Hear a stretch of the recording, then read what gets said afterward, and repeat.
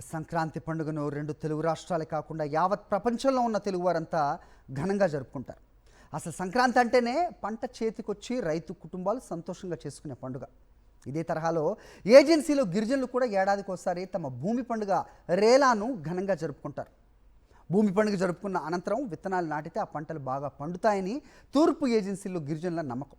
అల్లూరు సీతారామరాజు జిల్లా విలీన మండలాల్లో గిరిజనులు ఎంతో సంబరంగా జరుపుకుంటున్న భూమి పండుగ రేలాపై సాక్షి టీవీ ప్రత్యేక కథనం.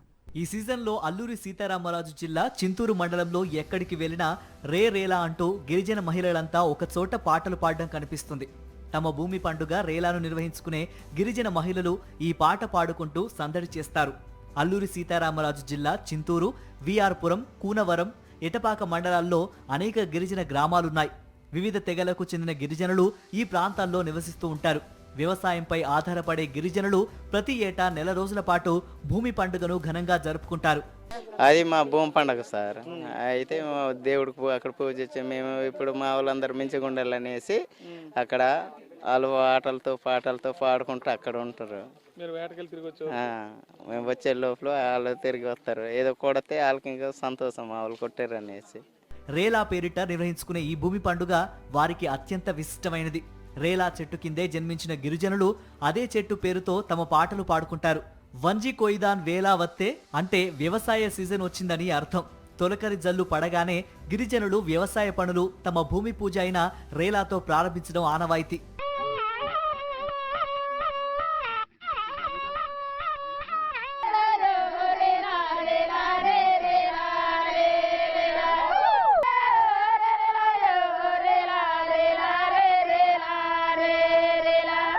ఆడ, మగ, పిల్ల, ముసలి తేడా లేకుండా అందరూ సంతోషంగా జరుపుకునే పండుగ ఇది. ఏడాది అంతా తమకు ఏ లోటు రాకుండా చూడాలని తమ ఇలవేల్పైన ముత్యాలమ్మ భూమాతలను పూజిస్తారు. ఈ పండుగ జరిగే వరకు భూమిలో విత్తనాలు నాటరు. అదేవిధంగా పండుగ సమయంలో ఎక్కడి వారు అక్కడే ఉంటారు. బంధువుల ఇళ్లకు గాని మరో గ్రామానికి గాని వెళ్లరు. సాధారణంగా మే నెలలో ప్రారంభమయ్యే ఈ పండుగ జూన్ వరకు కొనసాగుతుంది. ఒక్కో గ్రామం 3 రోజుల చొప్పున పండుగ జరుపుతుంది. మేము అడవికి వెళ్తాము. ఊర్లో ఉన్న వాళ్ళ గిరిజనుల ఆడోళ్ళేమో పండగలాగా గామ తల్లి మీద ఆటలు ఆడుతారంట, రేలా పాట. మేము ఏదో ఒకటి ఆ పండగ అయిన 3 రోజుల తర్వాత ఫస్ట్ విత్తనాలు 3 రోజులు తిరిగిన తర్వాత ఫస్ట్ భూమికి వేసి మేము భూమి విత్తనం పెట్టి దాని తర్వాత మిగతా విత్తనాలు కొత్త విత్తనాలు పెడతాము. పండుగలో భాగంగా ఉదయాన్నే గ్రామస్తులంతా ఒక చోటకు చేరి పూజారి నిర్వహించే కార్యక్రమంలో పాల్గొంటారు. విల్లంబులకు పూజలు చేసి బాణాలను కోడిగుడ్డుకు ఎక్కుపెడతారు. కోడిగుడ్డును గురిచూసి కొట్టే వ్యక్తి వేటకు వెళ్లే వారందరికీ సారథ్యం వహిస్తాడు. మగవాళ్ళంతా వేటకు వెళ్లి ఏదో ఒక జంతువును వేటాడి గ్రామానికి చేరతారు. ఈలోగా మహిళలు గ్రామదేవత వద్ద ఆటపాటలతో, సాంప్రదాయ నృత్యాలతో, రేలా పాటలతో వనదేవతను పూజిస్తారు.